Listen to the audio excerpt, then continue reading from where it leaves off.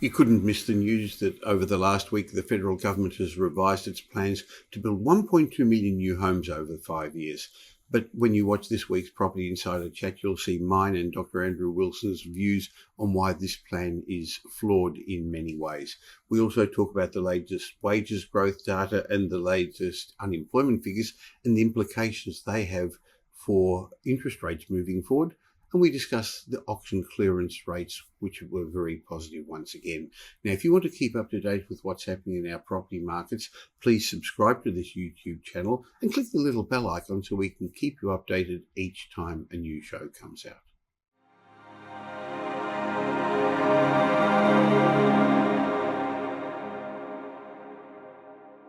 Over the last week, the headlines have been filled with the latest Australian Labor Party's ambitious plans to build 1.2 million homes in the next 5 years. But if you look closely, the numbers just don't stack up. Look, first let's clear the misconception. The government isn't going to lay down bricks and mortar themselves. It's private builders who are tasked with this massive project, and the plan, as they call it, offers nothing substantial to ease their burden. The Labor Party's plan depends heavily on private builders, but there's no assistance to counter the lack of skilled workers, rocketing material costs, the surge in construction prices. Sure, the Labor Party's plan promises to encourage states to cut red tape and speed up building. They're giving incentives, if it happens, a measly $3.5 billion. That sounds like a lot, but if you spread it over the entire country over 5 years, it's really a drop in the ocean. And in my mind, the Labor Party's plan doesn't address affordable housing. We know that there's not enough apartments being built, construction costs are soaring. How are we going to provide affordable housing? It doesn't really cater much to social housing. Yes, there's $3.5 billion over 5 years for infrastructure, but is that really going to supply the necessary roads, schools, hospitals, public transport? What about the poor construction quality? Let's not forget what happened in the last time we had that massive building boom. There's lots I'd like to discuss and get the thoughts of Dr. Andrew Wilson, Chief Economist of My Housing Market, in today's Property Insider Chat. And there's lots of other property news to discuss as well. So, hello, Andrew. Yeah, good day, Michael. And I guess governments are at least paying, and I don't want to be facetious and say lip service to what is a crisis in Australian housing. We're not alone here. Of course, other jurisdictions in other countries, particularly the US, are having the same sorts of problems. I think the announcement by the ALP to some degree has sort of shifted it across to the states in terms of achieving this target of 1.2 million homes. I think they're giving the states incentives to improve their planning outcomes, to release land and generally solve the problem from that end. And we know that is the big problem, is the issues of local council planning, restricting new building. And there's really nothing that can be done about that, because at the end of the day, when you get down to those sort of grassroots, not in my backyard sentiments, it's very difficult to shift, because the Constitution tells us that state and local governments are in charge of land planning. So you can provide all the incentives you like, but the real incentive, of course, for local councils and localities is to have what they consider to be appropriate development in their neighbourhoods. And that's a very strong motivation to restrict development. And as I said before, Michael, it's the same sort of motivation that we see particularly in a number of American cities that have the same issue, local councils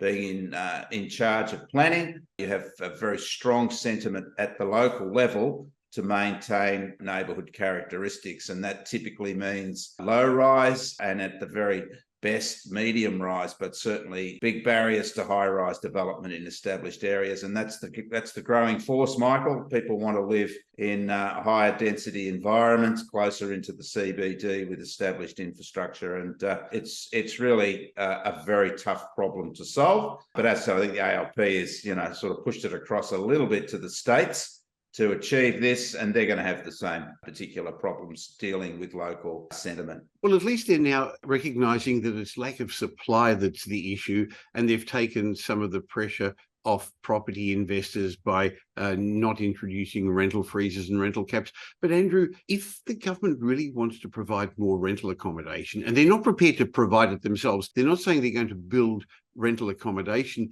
They've done nothing to encourage private investors, Australian mum and dads, to invest. They've actually done very little to take away the uncertainty that investors are experiencing at the moment. Yes, Michael, it's just your head spins, doesn't it? This is the tension between the reality of our housing markets and our undersupply, the barrier that ideology seems to have in some state governments. I noticed that some governments are now saying, I think federal government was saying that perhaps there should be more incentives for investors, Michael. Does that sound familiar? To make sure that we can get more investment properties and put downward pressure on rents. And this has sort of been an anathema to various state jurisdictions who have all been about bashing the investor on the head. Let's charge them more fees. Let's, the rotten old investor, let's get them out of the equation. And what's happened? Skyrocketing rents. And now there's a recognition, as you said, Michael, we've got to encourage more investment. So perhaps the Victorian government might rethink, they won't, but perhaps they would rethink their increased imposts that they've put recently on investors, and maybe recognise that this is just another mechanism for higher rents. But I notice that some of the governments are now saying, well, maybe we should ease these taxes on investors to encourage more investors into the marketplace. But I noticed Premier Andrews has sort of cut that one off at the knees and said, no, we need that money for hospitals and schools, etc. Well, I'm not sure that the growth of people living on the streets as a result of skyrocketing rents in Victoria will prove to be an offset to those comments from the Premier. But certainly we are now seeing a shift in sentiment from governments in terms of their attitude towards investors. I even noticed that the Reserve Bank governor on his way out made his last comments to Parliament last week. And even he was saying, supply, this is the solution to our housing market problems is supply. Well, and he's a little bit of a road to Damascus there type of statement from the Reserve Bank governor, given how negative and he has been towards the housing market over the journey. But as I said, I think that there's now a shift in sentiment, fundamentally recognising that we just need more homes and we need more investors, not fewer investors,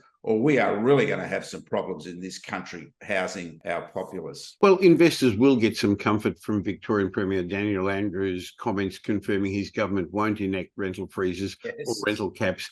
But we also know that apart from the investors, the government or somebody needs to supply social housing, and we also need to supply more affordable housing. I couldn't see anything that's proposed to address this this real issue, Andrew. It's about supply of the sort of property and in the locations that people want to live in. That's the essential element. I mean, I think once we start creating social housing environments, you'll find the market won't support them because they can only be located in areas which aren't fundamentally the source of high demand from the private market. I think the solution to housing clearly is more supply. It's a very difficult road to follow to increase supply, but maintain a prosperous economy as well. I think that's important. There's always going to be the need for social housing for those that are marginalised for whatever reason in terms of securing accommodation, and we need to be able to do that. But Australia is a private housing market sector. Fundamentally, 40% of our housing is provided by the private sector in terms of rental properties through basically small entrepreneurs. We have to foster that. We already have with significant taxation benefits, but we need to understand that supply is not just about new housing. It's about supply through investors as well. And all the attempts that we've had through credit squeezes and various policies to increase the costs for investors has only made this problem worse. And it's almost insoluble, certainly in the short to medium term, Michael. There's no short-term solution in these suggestions from the ALP. And of course, another concern is if we start building really quickly again, are we going to have the same troubles that we had with Opal Towers, Mascot Towers, cladding issues? Have we got the capacity to build so much? So I'm sure there's going to be lots we can discuss over the next months about this. But if we look at other news that's happened over the week, we always like seeing what's going to affect interest rates. And there was some good news for rates over the last week, Andrew, with steady wages growth. Yes, look, perhaps a surprise result. And I know I've discussed this, or we've discussed this, Michael, over recent months. Some of the, I guess, questionable data that's been coming out of the ABS in terms of their seasonal adjustment models. We had the wage index come out for the June quarter, released last week, Michael. We would have expected a strong rise in the wage index, given we have probably the strongest labour market in our history currently. We know there's a lot of anecdotal evidence around regarding wage increases, salary increases because of a shortage of labour. But we actually had a fall in the annual rate of wage increases over the June quarter, fell from 3.7% to 3.6% over the year. The wage index was up by 0.8% over the June quarter, Michael, which was the same result as recorded over the previous two quarters. So it's a little confounding given how strong our labour market is, given record low unemployment, that we've actually reduced, or we've certainly been steady in terms of the quarterly growth in the wage index. We actually are now, in terms of the wage index, lower than where we were back in 2010-11 when we peaked at 3.9%. And our unemployment rates then, Michael, were well over 4%, pushing up towards 5%. So it's a little illogical, the results that we've had for wages growth. And I was expecting close to 4%, given how strong the labour market's been. But at the end of the day, if we take the results for what they are, and of course we have to, it's very good news for the interest rate outlook, because accelerating wages are certainly a factor in rising inflation. The US wages are accelerating. They're now talking about increasing the number of interest rate increases this year because they're now concerned about their economy reinflating. So for Australia, it sort of justifies to some degree the three pauses we've had over the last 4 months, Michael, from the RBA in official rates. And as I said, it's interesting. But the point is that with this volatility, or perhaps the lack of some sense of logic, given how strong our labour market is, and we'll look at that, the latest data there shortly, it opens it up to some question. But no doubt that these results are very good for continuing to see, or certainly adding to the fact that we may see more pauses going forward now in interest rates. Well, you hinted about the labour market easing. The jobless figures came out for June, and they the unemployment rate rose to 3.7%. And while the media had a bit of a field day about that, a couple of years ago, if we thought we had an unemployment rate with a 3 in front of it, we wouldn't have believed it. Remember, people were talking about double-digit unemployment. Yes, you're still reading the media, Michael. That's good, I suppose. But somebody has to. That's right. But they need their clicks, so good luck. But we're back to where we were 3 months ago at 3.7%. And when we're speaking about issues with seasonal adjustment, when we look at the wage index data, this is really a volatile series now. We had the unemployment rate rise to 3.7%. Oh, Michael, shock, horror, 3.7%, please. Still a very, very low rate, of course. But what was interesting, which I think, adds to some questionable outcomes from the ABS, as we've discussed recently, was that we had a steep fall in the number of jobs, down by 15,000. And they sort of rounded that figure, the ABS. And that follows, Michael, 2 months of very strong growth in jobs, and then down by 15,000 over the month. So it's a very volatile series. And the whole point to seasonal adjustment is it takes the volatility out of it, because it allows for those seasonal month-by-month factors. We also saw that the number of unemployed surged as well. And that also followed 2 months of very sharp declines in the number of unemployed. the number was up by 36,000 over the month, which is a big number. The actual volatility of jobs created and the number of unemployed it does lend itself to questions in regard to the seasonal adjustment model. The ABS has conceded because of COVID there are issues with that modelling, but I think that again it adds to, and we should say that it adds to the data for the wage index outcomes, because of course this looks like interest rates are perhaps starting to have an impact on the economy. So again, good news for the outlook for interest rates. But we do, I believe, have to take this data, in my opinion, with a grain of salt. New South Wales now the clear leader in terms of unemployment rates. And I think just finishing off on that seasonal adjustment discussion, Michael, there was the ABS actually stated in their release, their press release for the unemployment rate or for the labour market data for July, that July included school holidays and that they believe they're seeing changes around when people take leave and start or leave a job around school holidays. And that's part of what they're seeing in the volatility of the seasonal pattern. They point back to April, which of course was another school holiday month when there was a fall in employment. Now, I thought that, holidays occur every year in April and July. This is what seasonal adjustment is supposed to counter. And now we have this very strong volatility in these particular months. And I think there is more to it than this, in my opinion. But nonetheless, I think that, and we've seen that with other data sets, particularly retail sales, that the ABS seems to be sort of paddling around trying to find reasons why they have this volatility from month to month now in their seasonal adjustment patterns. But look, nonetheless, at the end of the day, given the data, it's very good news for the outlook for interest rates, both in terms of the wage index and, of course, the unemployment rate. I just wanted to remind you that this is not specific investment advice because we don't know your personal circumstances, but we're more than happy to have a chat to help you take advantage of this new property cycle. If you think about it, the opportunity like this to get set at the beginning of a new property cycle doesn't happen very often. So why not have an obligation-free chat with my team at Metropole to discuss your goals and to discuss your options. We're much more than just another buyer's agent. We help you safely create intergenerational wealth through property. We're big enough to tip the scales in your favour, but still small enough to care. And as we don't sell any properties, our advice is independent and unbiased. Now remember, property investment's a process. It's not an event. So you can't just go out and buy any property and hope to be successful. In fact, now more than ever, getting the right advice is critical. So if you're looking to invest in property or buy a new home, go to metropole.com.au and have a chat with our multi-award winning team. It's a great feeling having the team at Metropole on your side, levelling the playing field.